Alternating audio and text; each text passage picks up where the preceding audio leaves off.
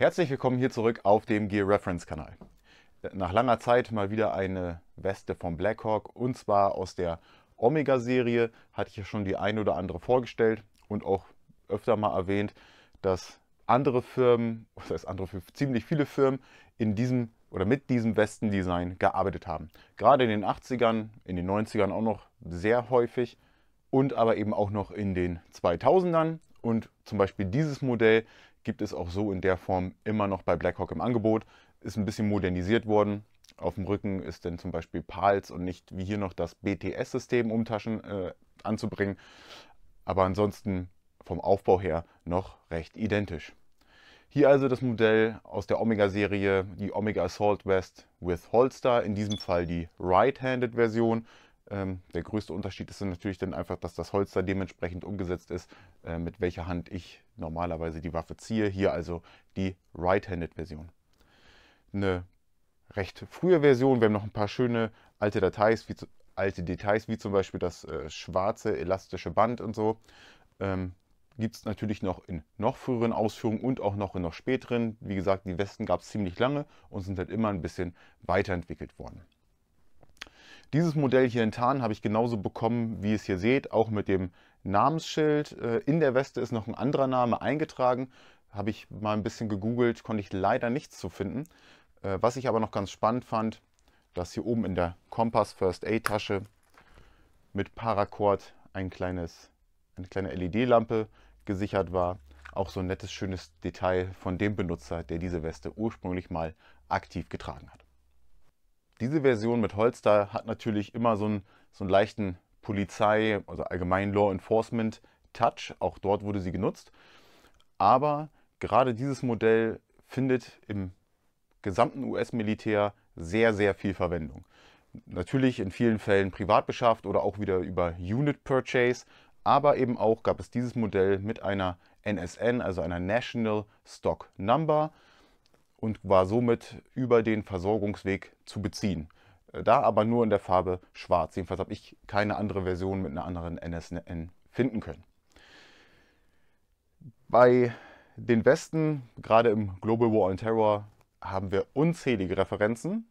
Ich glaube, nur von der normalen Assault Vest, also die hier nochmal die zusätzliche Magazintaschen hat und hier vom Aufbau ein bisschen anders ist, habe ich, glaube ich, mehr Referenzfotos, aber die kommt definitiv auf Platz 2. Da ist alles bei, von dem normalen Soldaten, der normalen Infanterieeinheiten über spezielle Militär-Polizeieinheiten bis hin zu Naval Special Warfare, also Navy SEALs, Boat Crews etc. Bei der Air Force ganz viel im Einsatz und eben auch sehr, sehr häufig bei K9, also dem Dog-Händler. Gerade bei den Green Berets sehr beliebt. Wir haben sehr viele Teamfotos und auch Einzelfotos, wo dieses Modell getragen wird. Manchmal auch, oder das heißt manchmal auf einem Foto auf jeden Fall zu sehen, dass dieses Holster entfernt wurde, vielleicht weil es einfach nicht mehr benötigt wurde, aber die Weste halt noch für alles andere gereicht hat. Bei der Air Force, gerade auch bei FAST im Einsatz, der Flyaway Security Teams, also die Flugzeuge bewachen, wenn sie irgendwo landen. Da sieht man auch ziemlich das ganze Personal mit ausgerüstet. Also auch da gehe ich davon aus, dass es ein Unit Purchase ist. Bei der US Air Force Security im Allgemeinen sieht man diese Weste auch noch im Einsatz.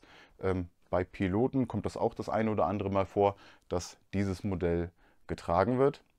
Bei anderen Air Force-Einheiten, wie zum Beispiel auch noch den EOD-Kräften und auch allgemein bei anderen EOD-Einheiten und. Dann gucken wir uns die Weste einmal im Detail an. Wir fangen mal hier oben links. Hier ist wieder das Stockpad, also für die Schulterstütze, damit sie nicht verrutscht oder aus der Schulter auswandert. Hier wieder so ein Tube drin, der das Ganze nochmal erhöht. Hier im unteren Bereich die Mehrzwecktasche mit der Klettfläche, eben wie hier für zum Beispiel den Namen. Ansonsten gibt es immer noch diese Halterung für Flintenmunition bei den meisten Omega-Westen. Ich glaube, die war hier nicht mit dabei. Ansonsten kann man die natürlich auch hier oben drauf packen. Wird mit Klett verschlossen. Wie schon gesagt, hier oben der Name vom Vorbesitzer, Mills, die ID-Number. Ich habe es mit dem Namensschild Roger bekommen. Ob das vielleicht auch Vorname sein könnte oder so, haben meine Recherchen leider nichts ergeben. Hier unten auch wieder Wasserablauföse, innen drin ist auch nichts zu finden. Dann hier unten die 3 Doppel M4 Magazintaschen. Wie schon erwähnt, noch hier mit dem alten schwarzen elastischen Band. Finde ich immer ganz schön mit dem Kontrast. Auch wieder mit Klett. Hier die Taschen sind schon der neueren Art. Also die sind auch verstellbar. Sind hier drin mit Klett gesichert. Jetzt kriege ich die gar nicht ab. Aber ihr könnt mir vertrauen, dass das so ist. Hier sieht man auch, wo diese durchgeschlauft ist. Die von den früheren Versionen waren ja noch festgenäht. Genau, wie gesagt, 3 Doppelmagazintaschen an diesem Panel.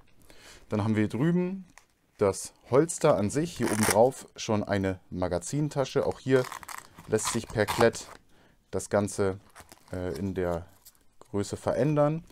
Hier am Holster die Sicherung mit dem Plastik-Schnellverschluss.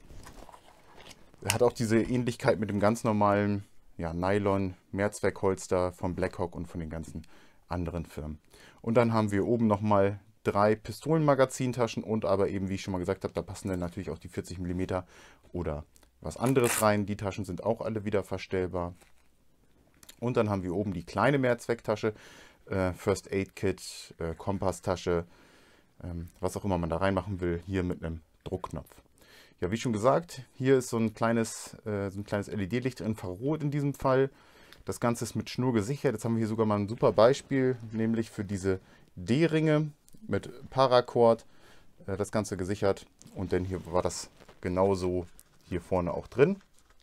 Wenn man mal ein kleines Licht braucht, ist das natürlich ganz cool. Hier auf der anderen Seite haben wir auch noch mal so einen D-Ring. Und den Rest gucken wir uns gleich von hinten an. Hier unten wieder ganz normal die, sieht man gar nicht, ja, hier unten wieder ganz normal diese Aufnahmen für den Belt. Hier sehen wir den auch. Auch das ist ein Modell von Blackhawk, alter Utility Belt, Duty Belt, wie auch immer. Hier in der Mitte der Reißverschluss.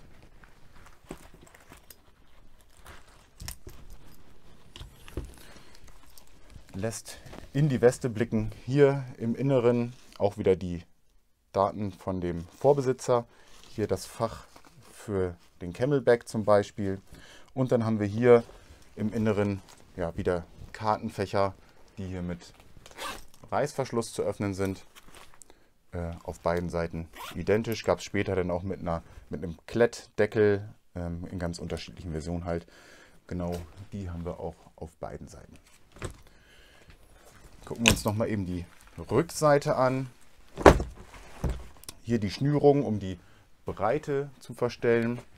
Hier oben der Berge Tragegriff. Auch hier noch die Einstellmöglichkeiten, um das Ganze in der Länge zu verändern.